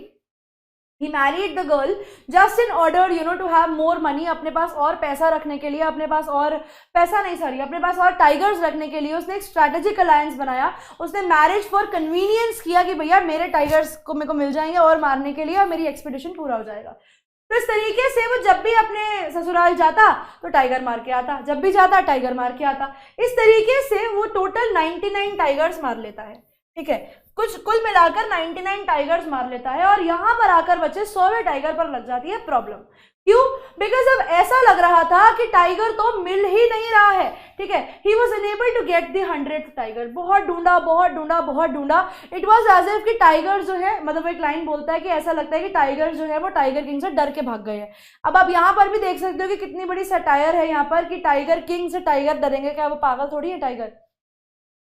अब यहाँ पर राजा इतना ज्यादा क्रेज्ड स्टेट में था, यहाँ पर राजा इतना ज्यादा भौरा जाता है, इतना ज्यादा पागल हो जाता है कि वो क्या करता है, वो कहता है कि यहाँ पर ट्रिपल कर दो टैक्स। वो कहता है कि मेरे गांव में ट्रिपल कर दो टैक्स, मुझे कोई फर्क नहीं पड़ता, मेरा टाइगर नहीं मिल रहा है, लोगों का टैक्स बढ़ा दो। तो हम ये देख पा रहे हैं कि राजा जो है वो अपनी विम्स एंड विशेस के ऊपर पूरे एरिया को चला रहा है, अपने पूरे के पूरे किंगडम को चला रहा है। तो इसीलिए आप राजा को विम्सिकल किंग भी कहोगे, जो अपने मन मुताबिक अपनी पावर को चला रहा है। और ये दिखता है, यहाँ पर हम एक चीज भी देख पा रहे हैं कि किस तरीके से जो इंसान पावर में होता है वो इतना कैरलेस, इतना केयरलेस हो जाता है किसी भी चीज को लेकर कि वो अपने बारे में सोचता है और बाकियों के बारे में नहीं। अब उसको फिर एक न्यूज आती है कि भैया हमारे यहाँ से टाइगर जो है वो, हमारे यहाँ से भेड़ बकरियां गायब हो रही हैं, तो शायद से कोई टाइगर ही जो है भेड़ बकरियों को खा रहा है। अब जब राजा को पता लगता है कि भैया कोई भेड़ बकरी है जो टाइगर को खा रहा है, जो भेड़ बकरी है उसे कोई टाइगर खा रहा है, तो वो क्या करता है, खुशी खुशी में सारा टैक्स माफ कर देता है। लेकिन थोड़े टाइम बाद उसको पता लगता है कि भैया एक्चुअली में कोई टाइगर तो था नहीं। अब at this point of time हमारा जो दीवान था, दीवान बेसिकली क्या था बच्चे, ये दीवान कौन था, ये हमारे किंग का मिनिस्टर था। ठीक है, ये हमारे राजा का मिनिस्टर जो था, he was in the danger of losing his job. अब उसको समझ में आ रहा था कि भैया राजा जो है अब उसको टाइगर नहीं मिला है, तो वो बाकी सब लोगों को भी जॉब से निकाल रहा है, तो अगली बारी शायद मेरी होगी। तो ये डिसाइड कि जब अपने पर आती है तो इंसान सारे हाथ पैर मारता है। तो इसीलिए हमारे जो दीवान है उसने डिसाइड किया कि वो 100th टाइगर को ढूंढ के कहीं ना कहीं से लेकर ही आएगा। तो यहाँ पर बच्चे वो क्या होता है, अब हमारा दीवान जो है वो पीपल्स पार्क इन मद्रास, ठीक है, कहां से, पीपल्स पार्क इन मद्रास में से एक टाइगर को मंगाता है। ठीक है, उसे अपनी गाड़ी के पीछे वाली सीट पर बिठाता है, गाड़ी के पीछे वाली सीट पर टाइगर को बिठाता है साथ में। ठीक है, लेकर आता है और किंग को बोलता है कि भैया टाइगर हैज बीन फाउंड, और बोलता है कि राजा जी आपका 100वां टाइगर जो है वो मिल गया है, आप आ जाओ और उस टाइगर को मार लो। तो राजा जो 100वें टाइगर को मारने के अंदर इतना खुश था, वो जाता है और उस टाइगर को जल्दीबाजी में शूट करके आ जाता है, ठीक है। Shooted the tiger and is delighted, और खुशी खुशी में कि भैया I have surpass my death, मैंने वो प्रोफेसी को फेल कर दिया है, मैं जीत गया हूँ, मैं सर्वोपरि हो गया हूँ, मैं तो बहुत विशाल हूँ, बहुत बड़ा हूँ, ये बोलकर वो भैया जो है वहां से आ जाते हैं। एक सेकेंड दीजिए। हाँ, राजा बड़ा खुश कि भैया उसने 100वां टाइगर मार दिया है, तो वो बड़ी खुशी खुशी वापस आ जाता है। लेकिन थोड़ी देर बाद क्या होता है, वो टाइगर, हमें ये पता लगता है, जो हंटर्स थे जब वो कहते हैं कि इसकी बॉडी को लेकर जाना है, तब उन्हें रियलाइज होता है कि राजा ने खुशी खुशी में जो एग्जैक्ट स्पॉट था वो मिस कर दिया था, he has missed the mark, और वो बुलेट जो है वो टाइगर को लगी नहीं थी। अब जो टाइगर था बच्चे, ही वॉज अ ओल्ड टाइगर, और वो जो गन शॉट की आवाज से, ठीक है, गन शॉट की आवाज से वो सिर्फ फेंट हो गया था, वो सिर्फ बेहोश हो गया था और कुछ नहीं हुआ था उसके साथ। और ऑब्वियसली वो राजा जो है उसने 100th टाइगर को नहीं मारा था। तो अपने आप को बचाने के लिए, टू सेव देयर स्किन, मतलब अपनी नौकरी बचाने के लिए, हंटर्स ने सोचा कि राजा को बताएंगे तो हम सबको जॉब पे से निकाल देगा। तो इसलिए उन लोगों ने क्या किया, उन्होंने खुद टाइगर को मारा और टाइगर के ऑर्डर को मानते हुए टाइगर को वहां से ले गए। तो रियलिटी में बच्चे अगर देखा जाए तो हमारा 100वां टाइगर जो था वो नहीं मरा। इन रियलिटी हमारा जो 100th टाइगर था, that was not killed by the tiger king. Actually में वो किसने मारा, एक्चुअली में वो टाइगर जो था वो मारा गया था बाय द हंटर्स। तो हमारे जितने भी हंटर्स थे उन्होंने राजा के नोटिस को फॉलो किया और टाइगर को एक प्रोसेशन में लेकर जाके उस पर टूम्ब, उस पर एक मकबरा बना दिया गया। अब किंग जो था वो बड़ा खुश था कि उसने टाइगर को मार दिया है, और अब थोड़े ही दिनों में उसके बेटे का 3rd बर्थडे था, and finally he was relieved from all the things कि चलो फाइनली टाइगर वाइगर मर गए, अब मैं जिंदा रहूंगा, अब मैं जीता रहूंगा। तो उसने डिसाइड किया कि वो अपने सन के 3rd बर्थडे के ऊपर उसको कोई गिफ्ट देंगे। तो जब वो मार्केट जाते हैं तो वहां पर उन्हें एक टॉय शॉप के ऊपर एक ओल्ड वुडन टाइगर दिखता है, ठीक है, उन्हें एक वुडन टाइगर दिखता है, और उनको लगता है कि उनकी, क्योंकि खुद की जिंदगी टाइगर्स के आसपास रिवॉल्व कर रही थी, तो क्यों ना अपने बेटे को भी टाइगर का ही गिफ्ट दे दिया जाए। तो वो जाते हैं और अपने बेटे को एक वुडन टॉय टाइगर गिफ्ट करते हैं, अब एज अ बर्थडे गिफ्ट। लेकिन यहाँ पर बच्चे आप लोगों को याद रखना है कि वो जो टॉय था वो एक अनस्किल्ड वर्कर ने बनाया था, ठीक है, वो एक अनस्किल्ड वर्कर ने बनाया था, और उसमें से स्प्लिंटर्स, यानी घास जो होती है, स्प्लिंटर्स वर कमिंग आउट, उसमें से जो घास होती है, उसमें जो छिलतर होती हैं वो बाहर आ रही थी। और ऐसे ही एक दिन अपने बेटे के साथ, टॉय टाइगर के साथ खेलते खेलते उसका एक स्लीवर जो है वो राजा के हाथ में लग जाता है, और धीरे धीरे वो छोटी सी जो चोट थी वो एक स्पर्टिंग इन्फेक्शन में, एक वूंड में, एक घाव में बदल जाती है, ठीक है, जिसकी वजह से उसको ऑपरेट करवाना पड़ेगा। उनकी पूरी बाजू में वो जो था प्रॉब्लम वो इतना ज़्यादा फैल जाता है कि उनके लिए एक ऑपरेशन अरेंज करवाना पड़ता है कि डॉक्टर्स आए और ऑपरेशन कराएं। सर्जन्स को बुलाया गया मद्रास के लिए और राजा को ऑपरेट करवाया गया। अब लास्ट में जो आपका सर्जन्स हैं वो बाहर आते हैं और बोलते हैं the operation is successful, the king is dead, ठीक है, ऑपरेशन सक्सेसफुल। डॉक्टर जो है वो आकर ये लाइन बोलते हैं, operation is successful, the king is dead, ठीक है, आकर वो ये लाइन बोलते हैं कि भैया ऑपरेशन जो था वो सक्सेसफुल हो चुका है, कि आपका ऑपरेशन सक्सेसफुल हो गया, राजा मर गया। लेकिन दिमाग में सवाल आता है कि मैम राजा तो मर गया लेकिन ऑपरेशन कैसे सक्सेसफुल हो गया, कोई मर गया तो ऑपरेशन सक्सेसफुल थोड़ी होता है। तो बच्चे यहाँ पर जो ऑपरेशन है क्या वो एक्चुअली बॉडीली ऑपरेशन है? जी नहीं बच्चे, ये वो ऑपरेशन है ऑफ डेस्टिनी, ये वही ऑपरेशन है, ये वही खेल है जो डेस्टिनी अब तक हमारे किंग के साथ खेल रही थी, उस प्रोफेसी का कि भैया टाइगर किंग की जो मौत है वो किससे आएगी। उन्होंने पहले ही बोल दिया था कि टाइगर किंग की जो मौत है वो 100th टाइगर से आने वाली है। तो वो जो ऑपरेशन, वो जो पूरा खेल चल रहा था चार्ली कह रही हूँ, सॉरी, टाइगर किंग की जिंदगी में कि वो टाइगर्स को मारेगा और बच जाएगा, टाइगर मारेगा और बच जाएगा, लेकिन आयरॉनिकली रियलिटी में तो वो क्या कर रहा था, वो धीरे धीरे अपनी मौत की तरफ बढ़ रहा था। जिस पॉइंट ऑफ टाइम पे एस्ट्रोलॉजर ने बोला कि तू 100th टाइगर मारेगा तो उसके बाद तेरी मौत पक्की है, जब उसने ये चीज बोली तो उसके अगर तू 100th टाइगर मारेगा तो तेरी मौत से तो बच सकता है, because 100th tiger is going to be the reason for your death.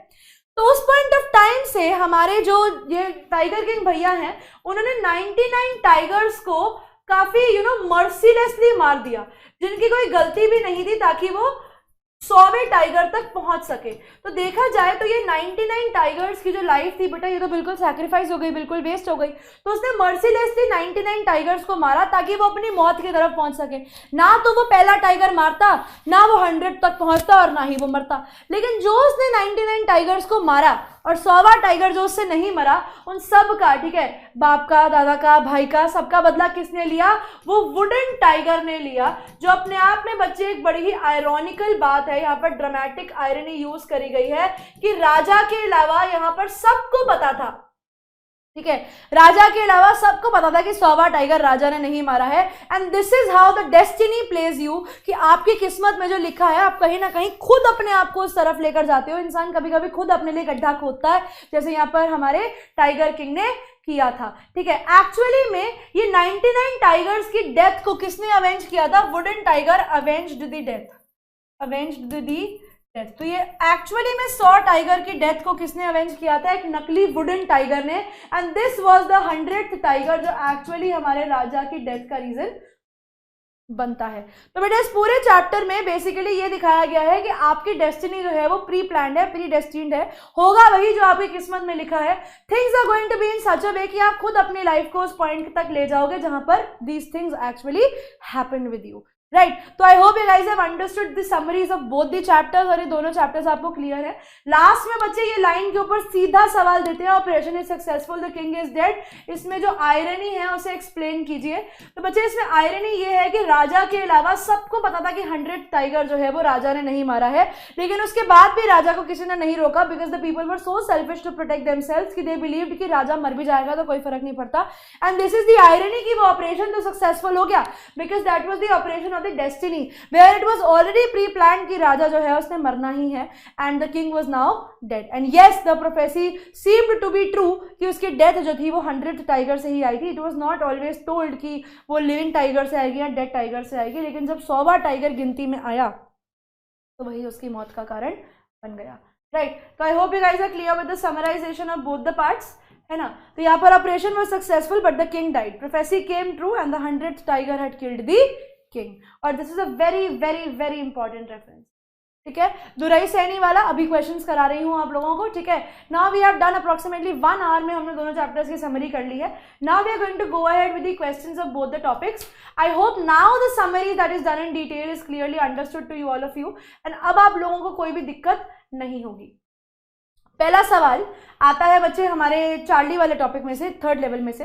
He said I was unhappy That made my wife kind of mad। अब यहाँ पर ही किसके लिए यूज किया गया बच्चे? ये सैम के लिए यूज किया गया। जब सैम ने बोला कि भैया चार्ली नाखुश है तो वाइफ बड़ी गुस्से में हो जाती है कि अच्छा तो क्या मैंने जिंदगी खराब कर रखी है उसकी क्या?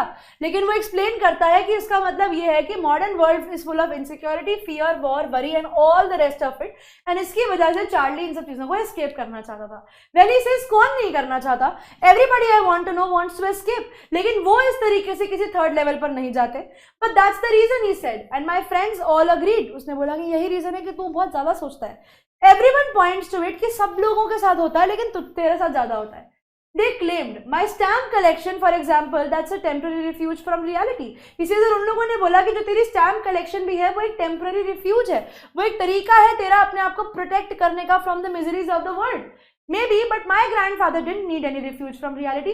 इसीलिए लेकिन मेरे दादाजी को तो किसी रिफ्यूज की जरूरत नहीं पड़ी, उस समय पे चीजें बहुत अच्छी थी तो वो ये चीजें करते थे आउट ऑफ हॉबी, लेकिन मैं ये चीजें करता हूं out of desperacy to protect myself. And peace in his days, from all I hear he started my collection. इसे जितना मैंने सुना है मुझे ये पता है कि उन्होंने ही मेरी कलेक्शन शुरू करी थी। और बेटा ये सैम्पल क्वेश्चन पेपर 2021 से 22 का सवाल है। What made Sam's verdict make Charlie's wife mad? ऐसा सैम ने क्या बोला कि उसकी वाइफ को गुस्सा आ गया? It made it difficult for her to accept that Charlie would consult a psychiatrist। ऐसा नहीं था, उसको बेसिकली ये लगता है जब वो कहता है कि Charlie is unhappy तो वो अपने ऊपर ब्लेम ले लेती है कि शायद मैंने चार्ली को खुश नहीं रखा हुआ। It seemed to suggest that to her that she was the cause of Charlie's unhappiness। Now this could be the answer।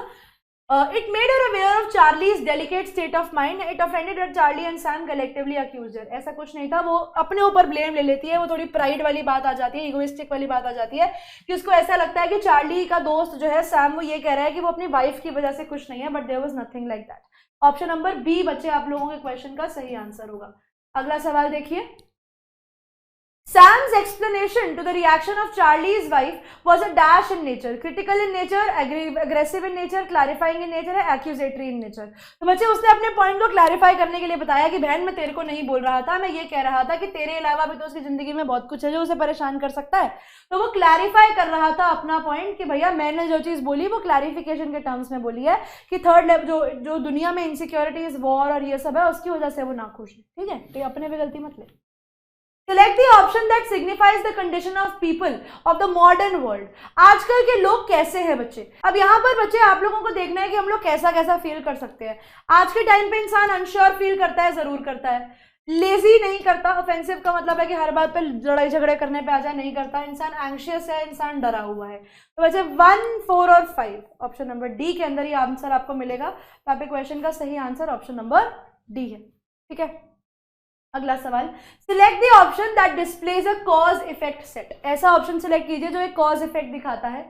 Charlie's stamp collection का कॉज है because wandering into the third level. नहीं, इसकी वजह से नहीं हो रहा. Everybody wants to escape. Effect है इसका कि modern world full of insecurity. Opposite हो सकता तो सही होता. Charlie is wandering into the third level. उसका इफेक्ट ये है कि चार्ली स्टैम्प कलेक्शन करने लगा है. Modern world is full of insecurity, इसीलिए एवरीबडी वांट्स टू एस्केप. ये रीजन हो सकता है बच्चा. ये ऑपोजिट दिया हुआ है इसका. ऑप्शन नंबर डी आपके क्वेश्चन का सही जवाब होगा कि मॉडर्न वर्ल्ड इतना इनसिक्योरिटी से भरा हुआ है कि इंसान उस चीज को एस्केप करना चाहता है. The person wants to run away from it. What was Charlie's vision about the Galesburg town? तो बच्चे चार्ली का मानना ये था कि जो गेल्सबर्ग है it is a wonderful town. In that century of 1894 लोग अपने लॉन्स में बैठते थे. They had sufficient time to talk to each other, smoke cigars, women weaving palm leaf fans over their long summer evenings. Overall it was a peaceful and friendly place and also it provided him a protection from miseries. और ये वो time था जब वो दुनिया के miseries से अपने आप को प्रोटेक्ट कर सकता था. तो इसीलिए बच्चे हम लोग इस क्वेश्चन के आंसर को कुछ इस तरीके से लिखेंगे. What did the clerk say to Charlie? अब बेटा वही टिकट क्लर्क की बात है जब उसने फेक करेंसी ऑफर करी थी. तो टिकट क्लर्क ने चार्ली को डांटा और बोला कि वो एक रियल करेंसी नहीं दे रहा है, जिसकी वजह से वो चार्ली को जेल भी करा सकता है. अगर वो उसे स्किन करने की कोशिश कर रहा है, अगर वो उसे चीट करने की कोशिश कर रहा है तो वो चार्ली को जेल भी पहुंचा सकता है. बिकॉज तुम ज्यादा दूर नहीं जाओगे एंड उसे प्रिजन में डाल दिया जाएगा, जिसकी वजह से चार्ली डर जाता है और डर के वहां से रफू चक्कर हो जाता है. बहुत जरूरी क्वेश्चन बच्चे. What do you infer from Sam's letter to Charlie? In this letter to Charlie, Sam writes, "Then I got believing you were right. What could make Sam begin to believe?" तो बच्चे Sam का जो letter है Charlie को, वो ये prove करता है कि सैम को तो थर्ड लेवल मिल गया है और वो वहां पहुंच गया है और अब वो वहां गेल्सबर्ग में रह रहा है लास्ट 2 हफ्तों से. बहुत सारी अलग अलग एक्टिविटीज को वो देख रहा है और एक्सप्लेन करता है वो सब चीजें चार्ली को अपने लेटर के अंदर.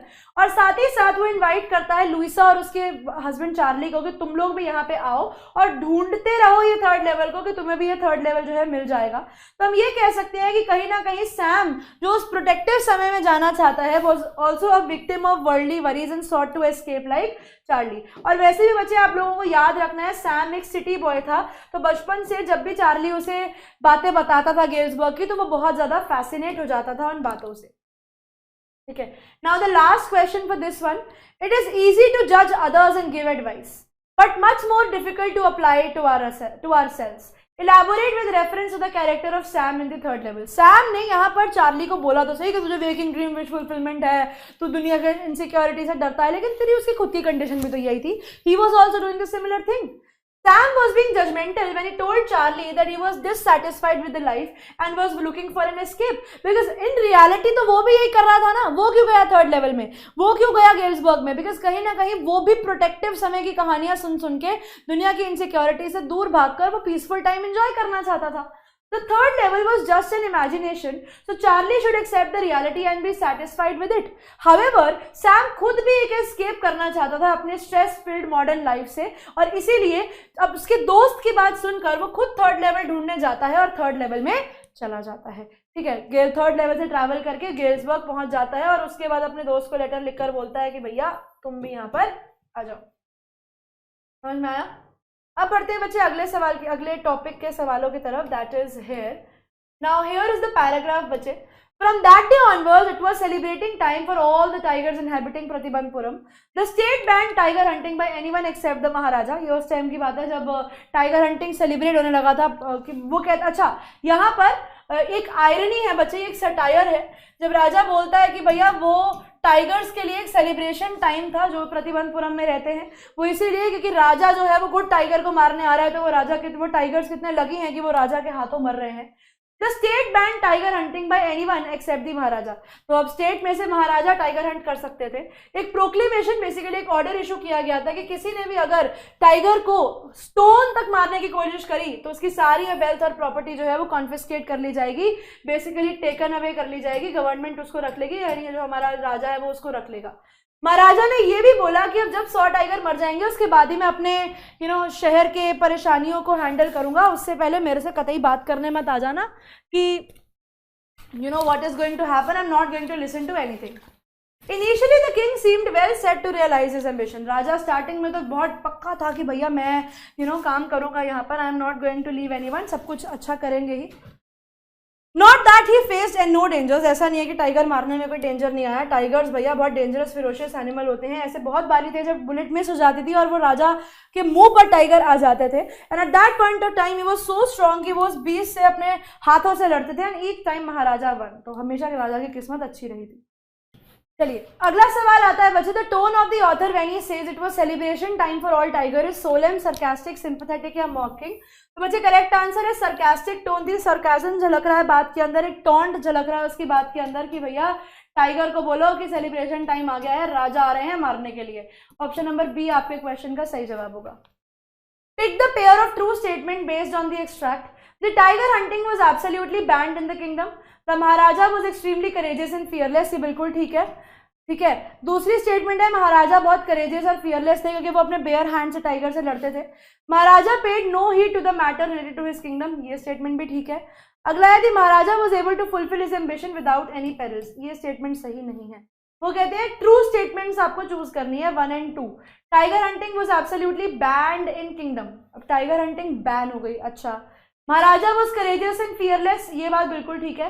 महाराजा paid no heed to the matters related to his kingdom, तो मुझे ये स्टेटमेंट ज्यादा सही रख रही है बिकॉज वो कहते हैं उसे एब्सोल्युटली बैन कर दिया। एब्सोल्यूट बैन का मतलब है कि कोई भी नहीं कर सकता, विच मीन्स राजा भी नहीं कर सकता।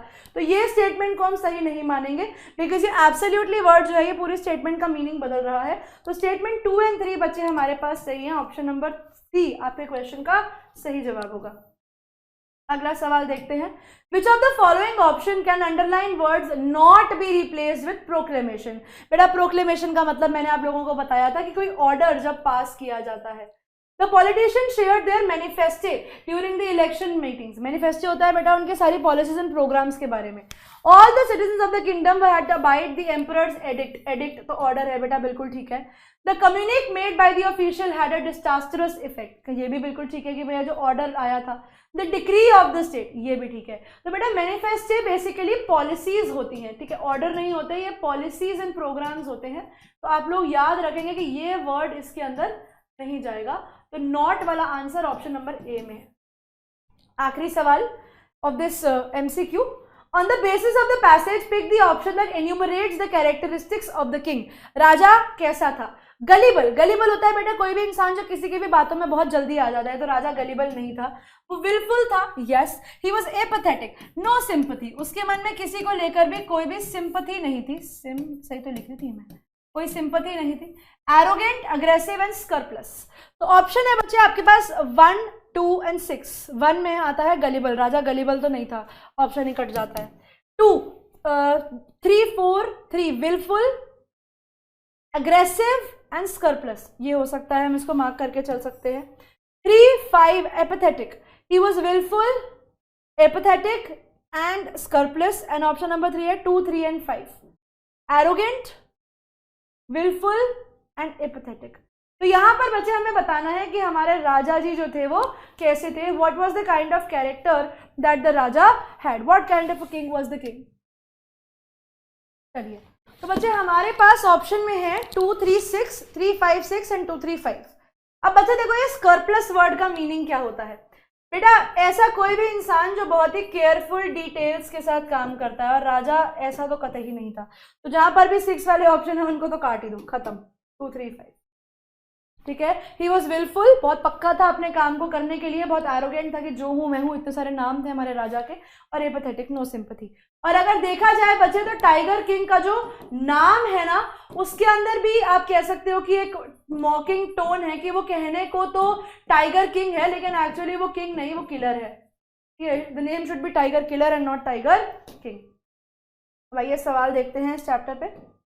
Who is Tiger King and why does he get the name? तो बच्चे जो महाराजा है प्रतिबंधपुरम का, उसका नाम टाइगर किंग है। At that time of the at the time of his birth, astrologers ने डिक्लेयर किया था कि प्रिंस जो है वो एक दिन मर जाएगा। तो 10 दिन ओल्ड प्रिंस ने एस्ट्रोलॉजर्स को बोला कि आप मुझे ये बताओ मेरा मैनर ऑफ डेथ क्या है, मैं कैसे मरूंगा। तो वाइज मैन बहुत सरप्राइज हो गए थे इस मिरेकल के ऊपर, और चीफ एस्ट्रोलॉजर ने बोला कि उसकी डेथ जो है वो टाइगर से आएगी। और यंग प्रिंस इसे गुस्से में बोला कि भैया लेट टाइगर्स बी वेयर, और उसके बाद उसने डिसाइड करे कि वो 100 टाइगर्स मारेगा। और इसी वजह से, क्योंकि वो टाइगर्स को मारता गया, he was stronger than tigers, तो इसीलिए उसका नाम टाइगर किंग पड़ गया। एक ऐसा राजा जो टाइगर से भी ज्यादा स्ट्रॉन्ग है।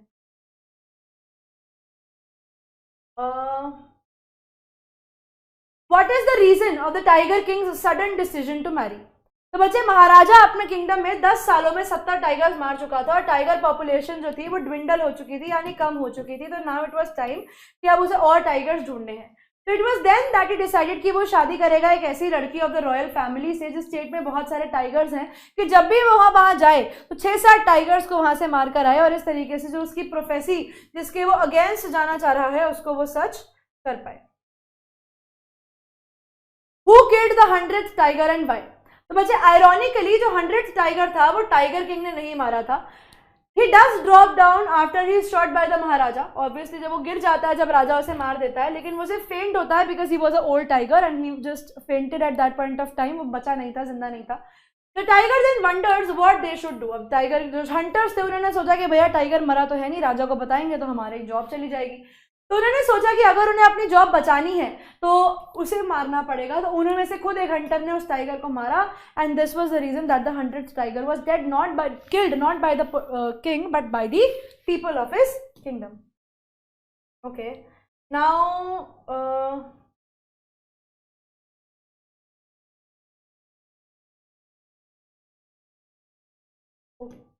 Did the prophecy, last question, did the prophecy of the astrologer come true at the end of the story?